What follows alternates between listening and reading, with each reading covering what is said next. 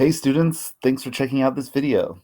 This video is about the beginning of World War I, also called the Great War, and the war to end all wars.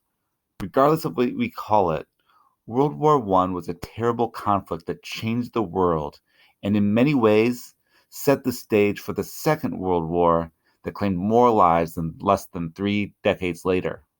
So why did World War I start? By the end of this video, you should be able to identify the causes of World War I. Well, there were a number of reasons the war started. In this video, we are going to look at several trends that were taking place in Europe in the first part of the 20th century, which increased tensions between some of the world's most powerful nations. These trends created a toxic environment in Europe, and as a consequence, Europe almost became a big barrel of explosive power, where it would just take a spark to ignite a massive conflict. And in the end, that is what happened. So, here was what was happening in Europe before the beginning of World War I. First, there was a great deal of nationalism. Nationalism is an immense feeling of pride in one's nation.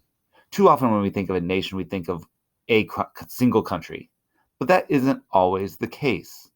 A nation is a large number of people united by a common descent, history, culture, or language that live in a particular country or territory. However, sometimes there can be multiple nations in one country, and a lot of times, if there are different nations within the boundaries of one country, those nations often compete with one another for power. And a lot of those times, those competitions can turn violent. Nationalism can also result in competition among nation states. Each nation wants to show that they are the very best. Another trend before World War I was a rise in militarism. Militarism is when there is a glorification of the military. Once a country starts building, promoting, and glorifying their military, it isn't a large stretch to think that that country may actually want to use that military. Third, just like the United States, many European powers were engaging in building empires and following imperialist policies. As many European countries sought to build empires to increase their power, gain access to resources and markets, they were in a state of competition with other nations. Now, the last piece of the puzzle was that as the situation in Europe became more intense, European countries began dividing themselves into groups or alliances.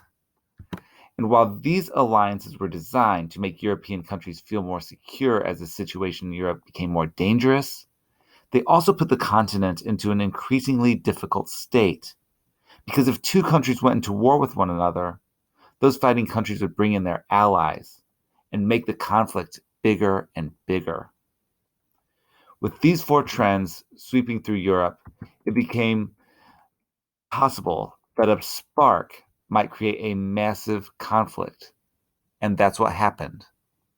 So here are the causes of World War I: imperialism, militarism, nationalism, and this complex system of alliances.